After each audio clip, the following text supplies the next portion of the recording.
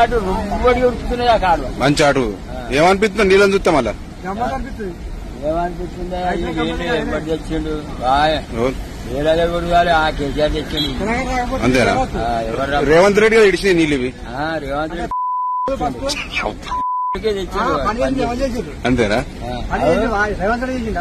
నేను చిన్నప్పటి సంది చూస్తున్నా కాంగ్రెస్ ఎప్పుడు తెచ్చింది తెలంగాణ నువ్వు ఏమన్నాను ముసలానికి నా పోటీ ఏమని ఏడుకన్నాను ఆయన లేకపోతే వీళ్ళే రాకపోతే సరిగ్గా